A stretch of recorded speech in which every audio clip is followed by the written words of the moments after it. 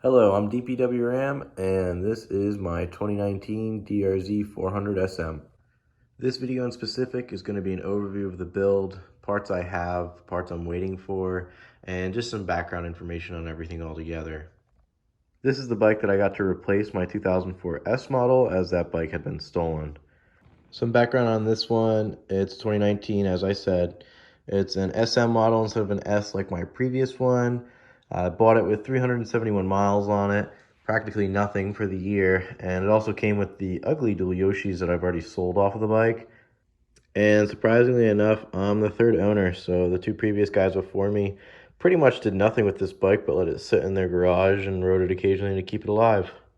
The two minuscule mods that are on this bike that I didn't put on will be the pair valve delete, which is in the upper portion by the exhaust. It's an emission systems delete, as well as a Raptor petcock. So that eliminates the vacuum operated petcock on this bike. Makes it so that you don't have to worry about that failing on you. The few things that I've put on this bike so far are case savers and frame guards.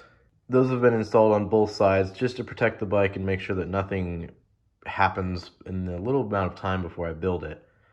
Due to my other bike being stolen with my knobby still on it, I still have my Warp 9s. They were off in Utah getting repaired and fixed, and you'll see them later in this video. Due to me having the wheel still and planning on upgrading suspension, the wheels, shock, and front forks will be sold off this bike so I can recoup some of the money I invested into purchasing the bike itself. There's a couple mods specifically that I'll be doing to this bike that I don't have the parts for now, or I have to just modify stuff on the bike. Some of those things will be like the 3x3 mod, which is cutting a hole in the airbox for more airflow. I'll be doing a full MRD full-length exhaust system, so not the shorty. The reason for going with that over my FMF that I had previously is more flow and just a different style. Also, I'll be going with an FCR MX 39mm carb instead of the FCR slant that I had previously off of an E model. Reasoning for this is cost is very similar, and on top of that, the benefit over the MX is more that I could get out of it versus going with a slant. For suspension and some braking components, I have a new swing arm due to mine being scratched pretty roughly. I have an S model rear shock for more travel in the rear, as well as 2003 RM125 forks for 2 more inches of travel in the front, as well as allowing me to run this braking big caliper in the front. It's a 32x32, I believe C2501 is the code on that part. It's a discontinued caliper, so I'm going to run it until it dies and then probably swap to a big brake kit off of a more modern company. There are some special parts here, as already shown with the braking caliper. So there is a billet Zeta upper triple, which is a discontinued item. It's really hard to see in the box. You can still, I believe, buy the full Zeta triple tree billet for the DRZ. The price tag on that's like $550, and I'm not dumb enough to spend that kind of money on a triple tree when I'm going to polish the lower anyways. For foot pegs, I went with the IMS Pro Series. I've always wanted these, but just couldn't bite the bullet on the price, but had the opportunity this time to buy it, so I went with it. I'm going with a 40-tooth rear sprocket, as well as a 240 millimeter rotor for the Warp 9s. Those specifically have to be KTM parts, as Warp 9 gives the DRZs KTM rear hubs. I don't know why. It's really weird.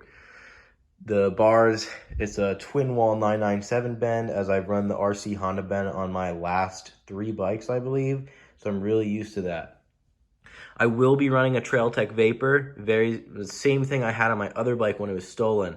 So I'm gonna have RPM, temp internal, external, all that jazz. Pretty nice. Back here, there's an OEM rear rotor guard for an RMZ 450 that fits the DRZ. I do have TST components as well. I'll be running their blinkers, their blinker adapter, their rear tail light, their integrated one. I ran it on the last bike. I had 2 of them actually, as I looped out with one of them. These are great. They work good. They're really bright. I have a Thrill Seeker seat cover to replace the seat cover on this bike.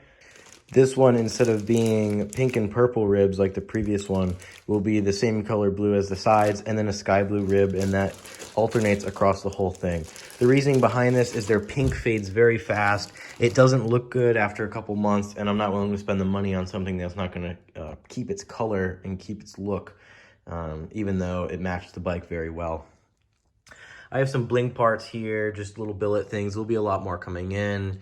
The same mirrors that I ran last time are in this box. I'll have to modify them to fit these bars, but they'll be good when they're done.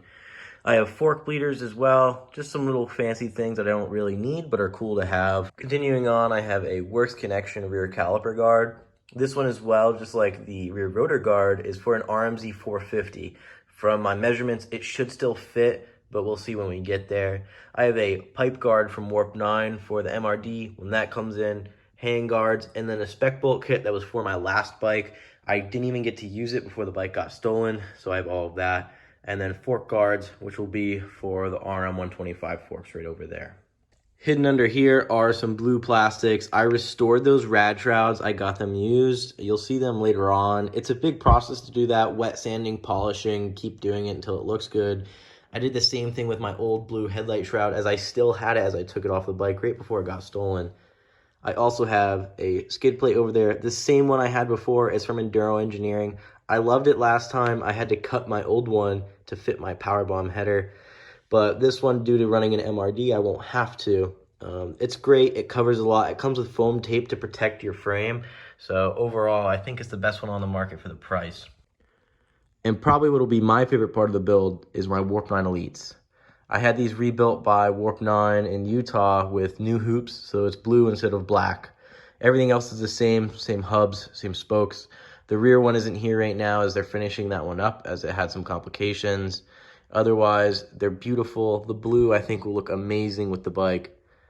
So I can't wait till it's all together. Overall, I have a lot of parts to do. I'm going to try and record every process throughout the build.